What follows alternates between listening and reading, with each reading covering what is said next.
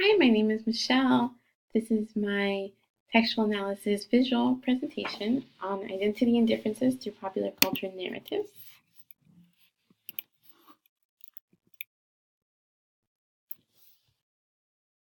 Identity and differences through a popular cultural narrative makes sense of a recent trend in organizational operations that has seen a shift in identity from a very separated sense of selves and identity as a professional identity and a personal identity to a more fluid definition of identity. As more millennials enter the workforce, a greater emphasis is being put on a greater continuity of identity across public and private contexts. This shift has led to the age of personal branding and the introduction of influencers who are reinterpreting how identity and work intertwine. Instagram is the lens that I chose to examine this concept through because of its massive reach and because it is the home of some of the world's most followed influencers. The three influencers I chose to examine were Amber Fillerup, Rachel Parcell, and Julia Engel. All three of these women have over 50,000 followers on Instagram, and each one also runs their own Instagram-started business. I chose to do my textual analysis on a set of Instagram posts from these three leading lifestyle influencers, and I chose to analyze three of their posts in hopes of identifying a clear sense of identity through each post. I looked to find a common thread of a personal brand for each influencer to support my interpretation of identity and differences when seen through popular culture narrative. So here are the influencers. The first one is Amber Fillerup. She has a following of 1.3 million. She's 26, she has 2 kids, and her personal company is Barefoot Blonde Hair. The second influencer is Rachel Parcell. She has a following of 971,000. She's 26, she has 2 kids, and her personal brand is Pink Peonies and Rachel Parcell. And Julia Engel is the third one, and her Instagram following is 1.1 million. She's 28, she has no kids, and her personal brand is Gal Meets Glam. To examine how the three influencers provide companies and audiences with an authentic, engaging, and on-brand advertisement, I conducted my content analysis by comparing and contrasting one ad from each influencer across 3 categories: a fashion post, a skincare post, and a sponsored trip post. I examined each post to find ways that these 3 influencers harness their identity to drive consumers to products through their recommendations. I contrasted each post through 4 categories: identity, authenticity, work self versus personal self, and consumption. For identity, I looked at each post to see if I could detect a clear sense of what that influencer's identity and if that spoke through the post and it spoke to their brand and how they established a clear sense of self in the post. For authenticity, I examined, did the post ring as authentic? Was it delivered in a tone that was tailored to the influencer, or did each post have a generic caption? For work self versus personal self, I examined each of the 3 posts to look for mention of a professional self or a personal self. And for consumption, I looked at each of the 3 posts to check for language that denoted that the post was an ad or sponsored to answer the question, did consumers know that they were consuming an ad, or was it subliminal advertising? For the first series of posts, which were sponsored trips, I looked at this photo from Amber Fillerup's page. As far as identity, it's written in a very on-brand tone, and it looks like her aesthetic. Her aesthetic carries throughout the photo: the tousled signature hair, the rich muted colors, and the confident stance. For authenticity, she denotes that it is an ad in the caption, so the audience can see the sponsored work. But when looking at the photo, obviously, unless you have the caption, you do not know that. For her work self versus personal self, in the caption, she references both her work self. She says she got to shoot for work, and her personal self, as in my first time. She tells us that this is her first time ever traveling to Palm Beach, and that's an insight into her personal self. And as far as consumption, she makes it clear that this is part of a sponsored ad in the caption. For Rachel Parcell, for her sponsored trip, I looked at this photo and again across the 4 categories. For identity, it's very on brand for her tone.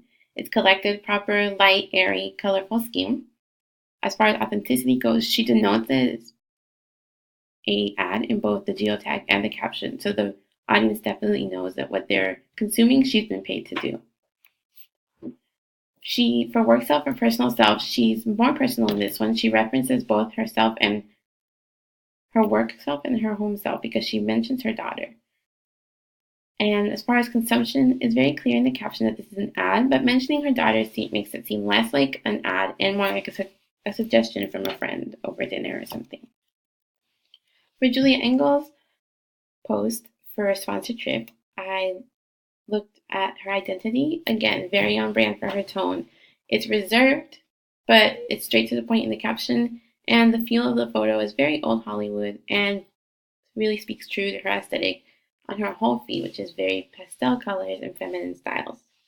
She denotes that it is an ad in the caption, and then for work self versus personal self, she mostly refers to her work self here, although she points that she has some favorites that she's curated on her blog, and that's a personal preference. As far as consumption, she mentions that it's a sponsored ad, but she doesn't mark that it's an ad, so the consumer could miss that. For the second round of posts, I looked at skincare ads that they did, or posts that they did. For identity, once again, here with Amber Filler Up. Her colors are muted, it's light and airy, polished but casual, which is true to her brand identity. For authenticity, she clearly denotes it's an ad in both the caption and the hashtags. And for her work self versus personal self, it's a personal self because she really speaks to why she likes it and the problems she has with her skin and how this has helped her skin so much. And as far as consumption, it starts to get blurry here again, but it's written like a true gal pal sharing beauty tips over lunch, but it is an ad, so she's getting paid to sponsor this. For Rachel Parcell, again, it speaks very true to her identity. It's pink, light, airy, polished. It's very aesthetically on brand. Her tone is sweet and to the point. As far as authenticity, she denotes that at the bottom of her blog post that it's sponsored, but nowhere in the post is it denoted. So you could consume this ad and not know that you were consuming an ad. It has a very personal tone, again, making you think that it's not an ad. And for Julia Engel, here her identity comes through again. Her flowers are a very big part of her feed. It's pink, it's bright, it's airy, it's very aesthetically on tone. As far as authenticity, she denotes that the post is an ad, and for work self versus personal self, she makes a personal reference, speaking to how her skin gets very dry and this has helped her so much. It's one of her go-tos. It's clearly stated that it is an ad, so even though it reads like it's not, you know, because she puts it on there that you're consuming something she's been paid to tell you. On the third series of posts, the fashion post, here again we see Amber Filler Up. The ad here is for a dress, but she does not state that until she tells you you can swipe to shop through her affiliate link. As far as identity, the muted colors, happy tousled hair, it's a casual tone, aesthetically on brand. Authenticity, there's no mention of it being an ad or promotion here. And then work self versus personal self.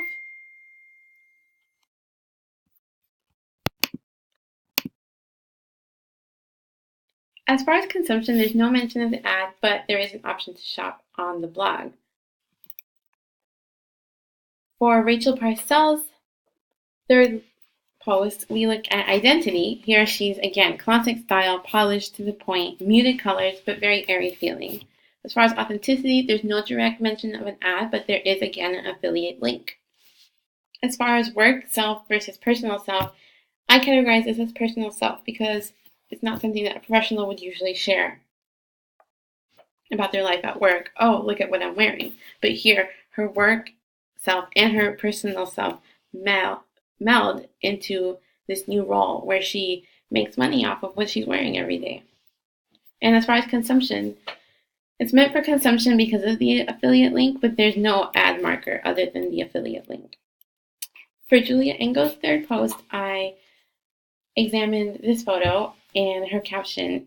And as far as identity, it's clear and true to herself. Soft pinks, feminine, old Hollywood feel. Again, classic yet girly. As far as authenticity, it clearly states that it's an ad. She goes as far as to put prices to what she's wearing in her caption. And then for work self or personal self, work self with a reference to personal taste. And as far as consumption, again, it's a known ad. This was one of the most obvious ones that it was an ad. In studying how each of these influencers marketed the same product or similar products, we can better understand how they establish a specific identity for themselves.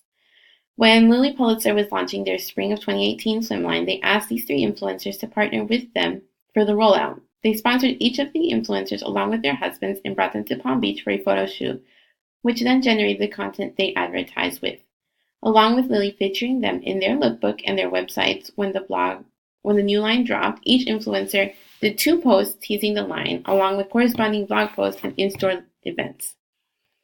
Filler-Up, Parcell, and Engel each teased the content in their own way. Filler-Up's photos and posts sported a more desert chic look, whereas Parcell's content was all edited to speak to her personal audience, which is more classic. Engel's content fit into her old Hollywood glamour style, and each of their blog posts were written with different tone and verbiage, but all led to the same end. Go shop Lilly's new swim. We love it, and so will you. By examining these 3 posts against each other, we can observe how each of these influencers has crafted a personal brand. Companies can partner with them, and their expectation that the products they sponsor will be showcased in a way that will speak to that particular influencer's audience. The driving force behind the post will be that the customer trusts their influencer, and as a result, will consume what they endorse because they have already subscribed to their brand. We can see this exemplified in these 3 photos. Here, in the first 2, we see Julia Engel, and it's clearly her style. The pictures were posted almost close to each other. The feminine colors, blush pinks, neutrals, all styles we already identified. On Old Hollywood glamour, and the hair, the pose, the background, they all look very similar to the rest of her feed. For Rachel Parcell, same thing. Their bright colors, slightly overexposed with blurrier backgrounds. A more traditional look because she speaks to a more traditional audience, as her identity is a mother and a traditional person. And then with Amber Filler-Up, again, these posts all of the same line, some of the same product, but they all speak to her brand, which is more of a casual, confident, sexy vibe. They're moodier tones, darker colors, her hair is front and center, less posed than the other 2, more candid, and shorter hemlines and more skin than the other 2 again. So as we see, these can help us identify each of these influencers' personal identity speaking through the photos. To look at the implications, at the end of my analysis, it became clear that we are living in a society where identity has morphed from 2 separate entities to a truer representation of one cohesive self. As this shift has occurred, the search for authenticity has intensified. Each of these influencers has created a space for themselves where their thoughts, opinions, and preferences are consumed, and through this platform, they have monetized their lives. Some of the short-term implications of the current influencer model could be a decrease in traditional advertising. We're already experiencing this shift in how companies advertise, as with the Lilly Pulitzer example, we see how companies can tap into an influencer's audience and profit. Each day when we log into Instagram, we are experiencing the short-term implications of this new advertising model by consuming ads not only from sponsored posts, but also from people featuring products in their lives. The act of featuring a product on their feed acts as an endorsement or a review, and this can lead the consumer to purchase the product as well. On a marketing level, the implications are that the market will continue to change, but also expand because of the new avenues that marketing through Instagram has opened. For the consumer, the implications could vary. There has not been long-term research done on the effects that this shift in marketing will have on the average consumer and their identity. By subscribing to other people's identities and brands, it becomes easy to muddle who one truly is. Do you really like all white walls, or is that just something you like because it fits your preferred influencer's aesthetic, and you are just trying to replicate that in your own life and identity? The effects of consuming other people's identities could be dangerous in the long term, leaving people in a cycle of always trying to keep up.